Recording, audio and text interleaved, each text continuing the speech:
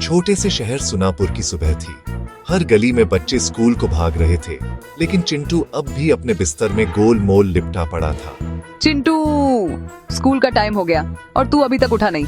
Mummy, कल ही तो गया था स्कूल, आज छुट्टी रख लो ना। बेटा, अगर तू छुट्टी लेगा तो तेरी जिंदगी भी छुट्टी पर चली जाएगी। चल उठ, नहीं तो मैं तेरी पॉकेट मनी से चॉकलेट ले लूंगी। अबे नहीं, मैं जा रहा हूँ, बस नहाना रह गया है। घर हंसी से गूंज उठा। हर दिन ऐसे ही मस्ती और ड्रामे से भरा रहता था उनका घर। शाम को जब बारिश शुरू हुई, चिंटू अपने कमरे में अकेला था। बाहर बिजली कड़क रही थी और पिंकी नीचे टीवी देख रही थी। अचानक उसकी खिड़की अपने आप खुली। धड़ाम, किताबें उड़ने लगी, पेन घूमने लगे।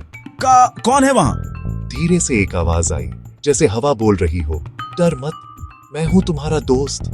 चिंटू चारों ओर देखता है। कमरे में कोई नहीं, लेकिन टेबल पर लिखा दिखाई देता है, हेलो चिंटू, मैं हूं मिस्टर इनविजिबल, मैं तेरा नया दोस्त हूं, लेकिन मुझे कोई देख नहीं सकता। अगले दिन स्कूल में चिंटू खूब मुस्कुराता रहा। हर कोई सोच रहा था, ये इतना खुश क्यों है? असल में मिस्टर इनविजिबल भी साथ था।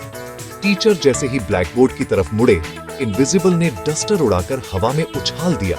क्लास में हंसी फूट पड़ी। Magic sir. घर आकर भी शरारतें जारी रही।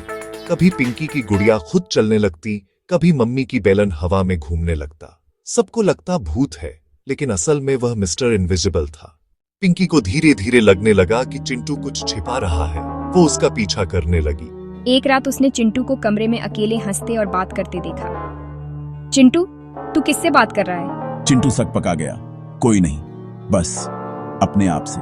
पर तभी अलमारी अपने आप खुली और कपड़े बाहर उड़ने लगे। पिंकी चीखी, भूत!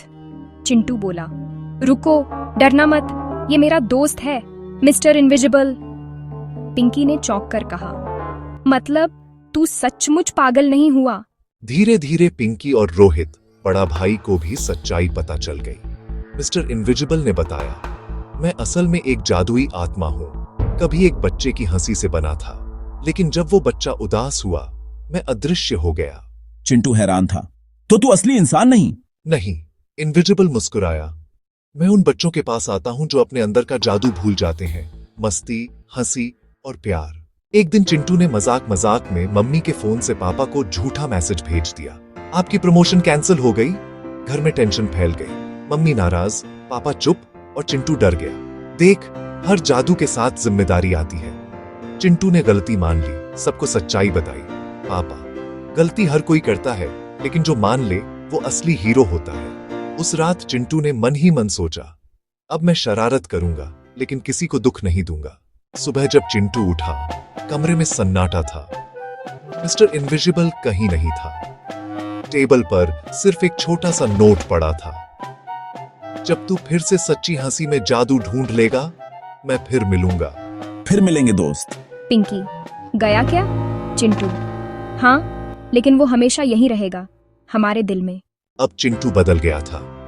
वो हर सुबह खुद उठता, मम्मी की मदद करता और कभी कभी आसमान की ओर देखकर मुस्कुराता, जैसे कोई अदृश्य दोस्त उसे फिर से देख रहा हो। स्कूल में सब उसे हैप्पी बॉय बुलाने लगे। टीचर बोली, अब तो तू लीडर बन गया चिंटू। वो बोला, क्योंकि मैंने सीखा है, हंसी सबसे बड़ा जादू है। कभी कभी हमें किसी जादुई दोस्त की जरूरत नहीं होती, बस खुद के अंदर की हंसी और प्यार को याद रखना होता है, क्योंकि वही हमें अदृश्य नहीं, असली इंसान बनाता है।